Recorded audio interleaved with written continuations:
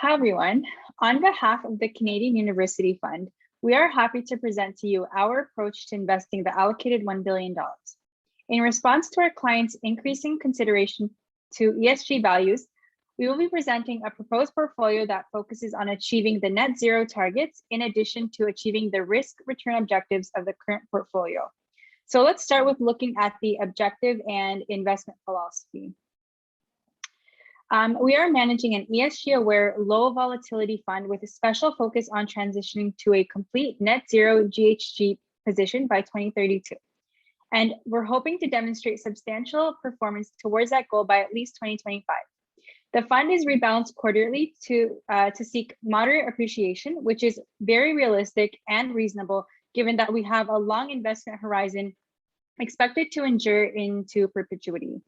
Using screeners such as ESG, beta, and EPS, we will filter out a group of diversified, low-risk companies that meet our objectives. The key element in our proposed portfolio includes ESG as the primary screener, as well as the targets for net zero position by 2032. And I'll hand it off to Johnson. Thank you, Shri. Now, this is what our portfolio is going to look like in 2032. It's going to consist of 60% equity, 30% fixed income, and 10% offsets to get to net zero. Now, how do we select the equity portion? We looked at companies that were listed with Science-Based Targets Initiative, and especially the business ambition for 1.5 degrees Celsius in the near term. And these are 1,211 companies. And one of the requirements for getting enlisted with the BA 1.5 degrees Celsius program is that they need to have verifiable targets that are measured on an ongoing basis. Out of these companies, we filtered those that fit our investment profile, that has a low risk and high return. And out of these 35 companies, we filtered out the non-ESG companies such as tobacco and firearm companies and narrowed down to 33. These are the 33 companies, and they belong to all of these sectors. 52% of the portfolio consists of food and beverage, technology, retail, and pharma. 32% of the portfolio consists of telecom, electric utilities, consumer goods, and software. When we look at the geographic distribution, about half the portfolio is invested in Europe, and this makes sense because European companies are subject to stringent emission norms. For the fixed income portion of our portfolio, we looked at this Canadian Green Bond Index ETF called Horizons. They are, because they're a bond ETF, they're already diversified, and they provide an weighted average yield to maturity of 2.58%. Putting it all together, we calculated the return by risk ratio for the 33 companies and allocated the equity portion of it on a pro rata basis. Companies that demonstrate a higher return by risk ratio got more equity.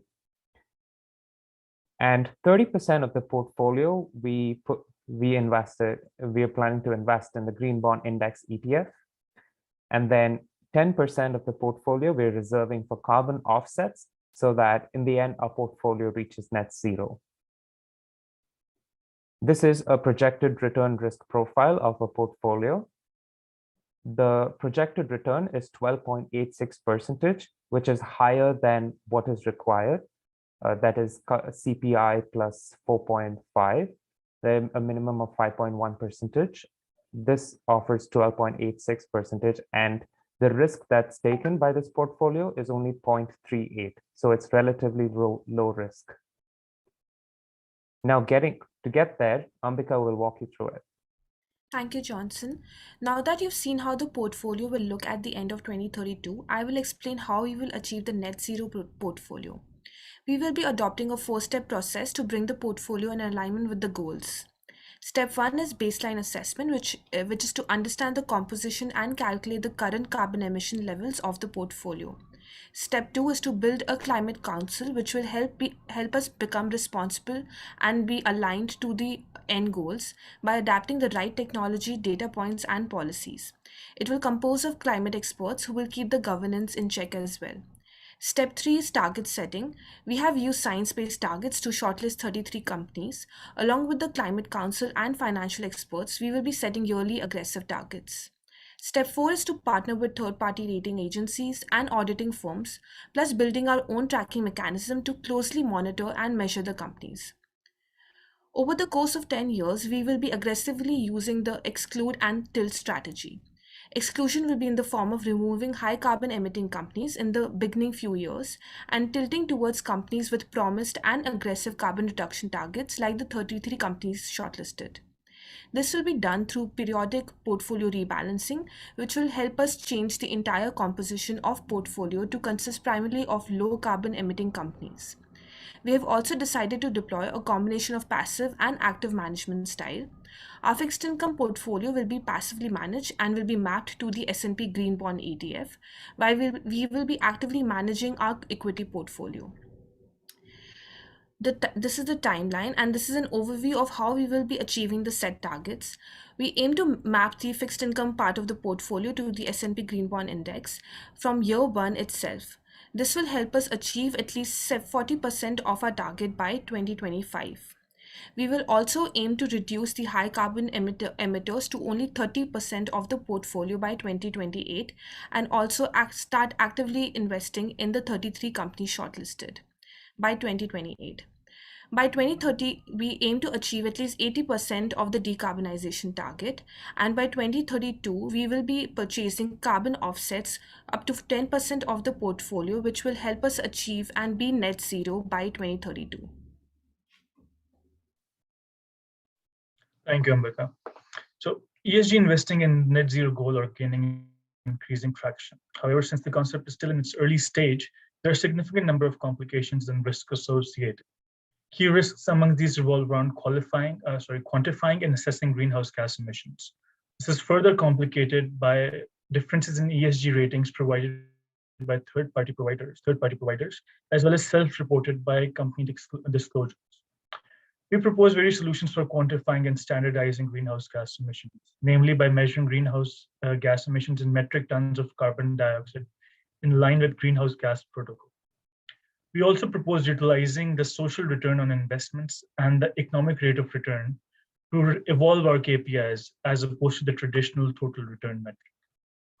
Other risk factors revolve around the portfolio not generating high enough return to satisfy the endowment's requirements.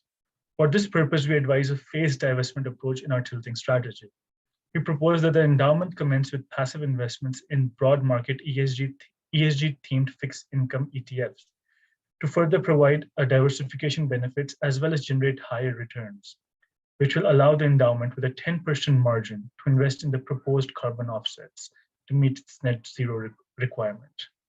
Since the primary goal of the portfolio is to achieve net zero, this 10% margin will make up for any potential shortfalls from the objective at 2032.